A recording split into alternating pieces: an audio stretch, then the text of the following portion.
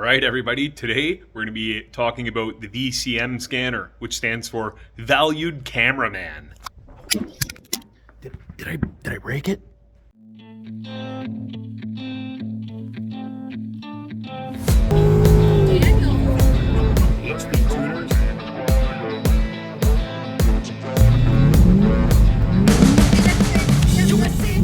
Yeah, recording in progress. So, all right, welcome. Today we're going to be setting up the VCM scanner for logging math, speed density, and our Spark Advance and Spark Retard. This is a file from a 2011 Camaro SS, which a guy from from my TikTok asked me about. So he asked me if I could help him out a little bit, and I'm going to do so. So one of the benefits of that is that you guys get to see it at the same time. So the file's already open. We're just going to go through and take a quick look. And, because it's a 2011 and my Corvette is a 2008, it actually looks very, very similar. Accidentally hit that there. Don't want to change anything without knowing, right? So, okay. So this is the VCM editor. We're going to open up the VCM scanner.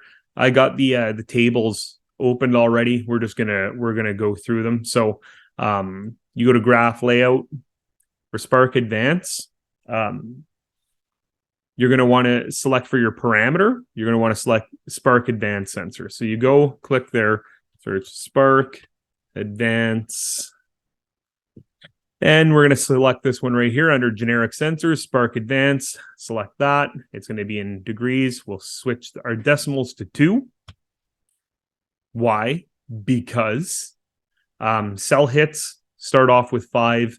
We can bring that up once we start tuning, running more logs and getting that a little bit closer. For our shading, I like to put in for Spark, I like a high value of 50 and a color blue. And the reason why I pick 50 is because for the Corvette anyway, sometimes our Spark Advance goes up to, high 40s. So good thing to have. For our column access, we're going to use our engine speed sensor, RPM. Engine RPM, you can use this one right here, angular frequency. And yes, you can use the generic sensor. And then for this one here, inside the table, it usually says something like, it might not say cylinder air mass sensor. It might say something like spark air mass sensor, which really doesn't make sense to me. I don't know why they call it that, but it is the cylinder air mass sensor. So click on there, cylinder air mass. And we are going to use this one right here. See, if I click here, it won't ask me if I want to use a general sensor. If you click here, it will. See, yes, and I do want to use a generic sensor. So now that we got those parameters in place, I'm going to go into my VCM editor. I'm going to go to Spark. I'm going to click on Advance. And we're going to be tuning the high octane table. The low octane table, I think that you should just leave it like where it is. This way, if you end up getting like a bad batch of gas, or let's just say you can't get 93 or 91 octane in your travels, your engine will detect that you're in low octane. It'll bring you to the base table. It'll tune everything down and just make sure you're extra safe. But we're not interested in safe. We're interested in making power. So for the base table, we're going to go into high octane. I'm going to select everything, and I'm going to copy my column access labels. I'm going to go into, which was RPM. I'm going to go into my column access here, and I'm going to Control all to select everything, and then I will paste it. There you go. This might show up when I first did this. This was the header cell factor was at 1000. So as you can see up here, it says like 0.2, 0.4. This is your engine speed. If it's showing up, your engine speed is showing up like that, just bring your header cell factor down and see it'll correct itself. Next setup is for your cylinder air mass sensor or your spark air mass sensor. So you're going to select everything again. You're going to go to row access, copy labels, go in there, select everything, erase it all, paste it in. Okay, so there, Spark Advance is complete. Now we're going to go to Spark Retard. For parameter, you're going to take your Spark Retard sensor, which is right there.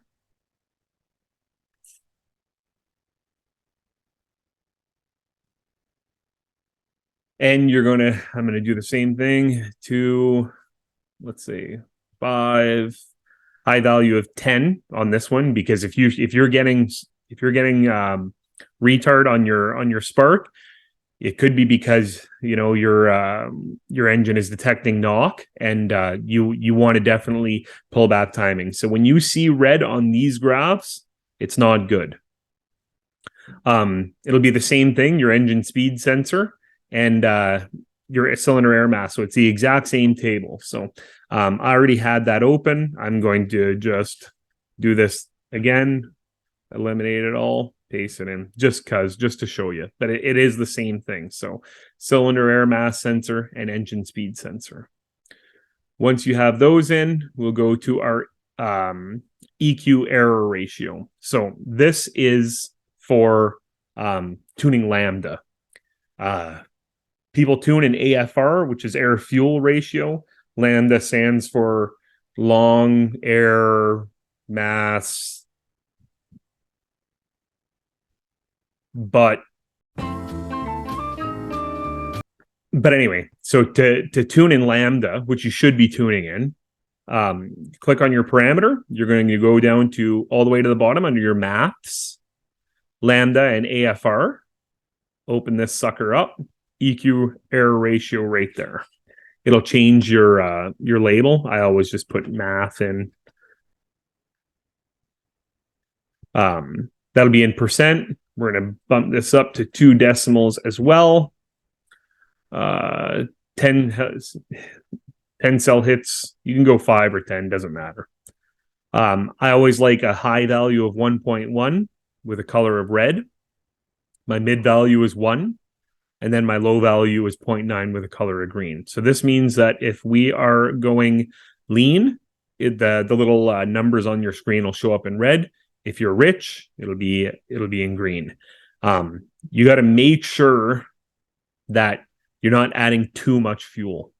If you add too much fuel, if you're too rich, what can happen is you can get cylinder wall wash, which essentially dilutes the oil that's on your cylinder walls.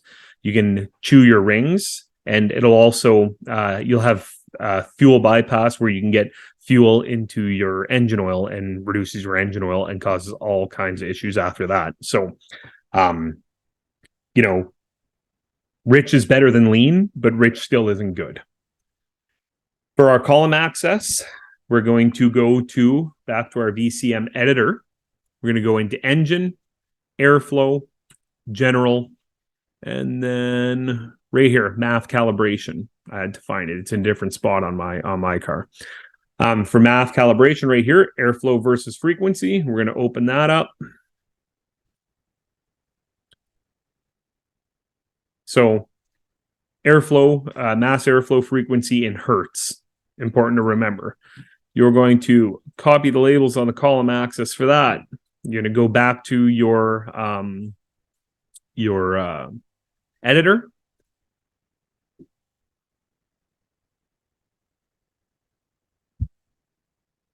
My kids are making an awful racket up there. And make sure that you select the sensor that's in frequency, not mass. So yeah, I'll use a generic sensor. I'm going to select everything, Control All, backspace, and I will paste that in place. So there, now that's done. To move on to speed density, it's going to be the same thing. We're going to go in, we're going to set up our EQ ratio error, same places as this one, same place as the math. 2 decimal hits, 5 hits required. I'm going to do the same shading values.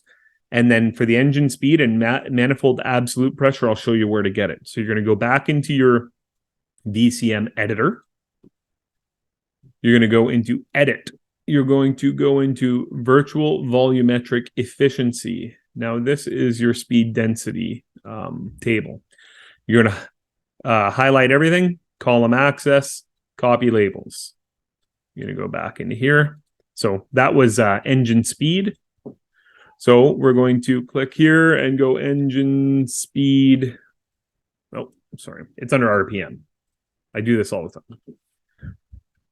So engine RPM, we're going to use this one right here, and it's not going to ask us to use a general sensor because this is under the general. Oh, sorry. It will. There you go.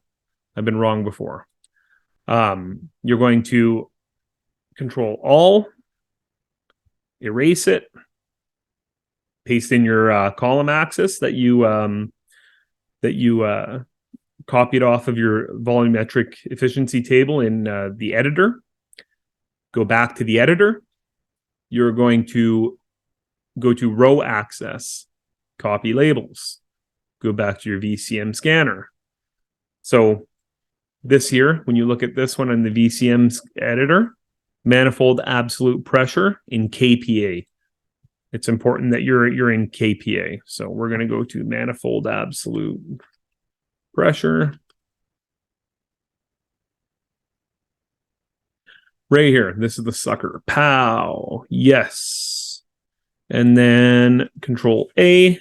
Boom.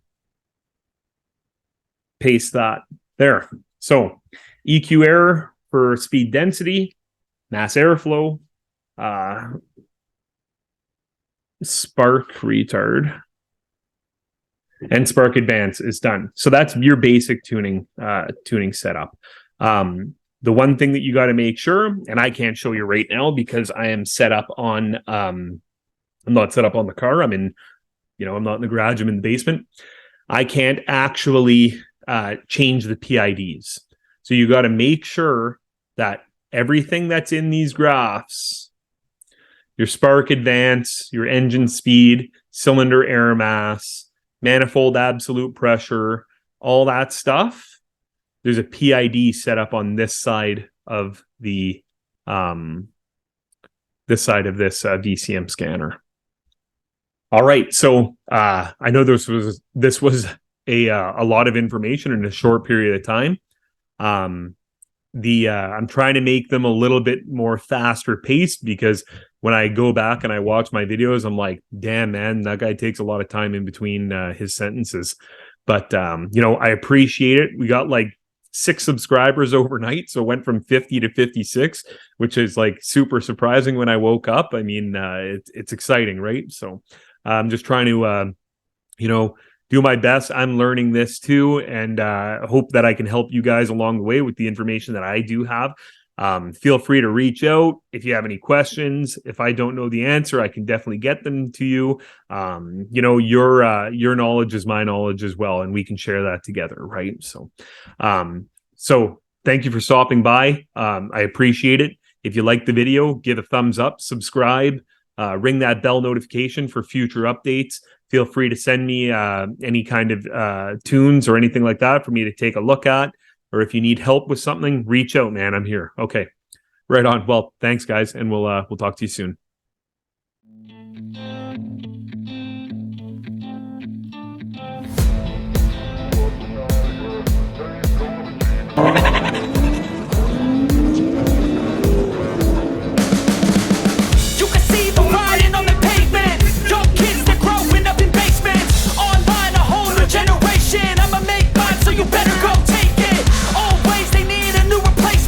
Decentralized, can't contain it. We're changing lives, yeah, upgrading. Call it suicide of the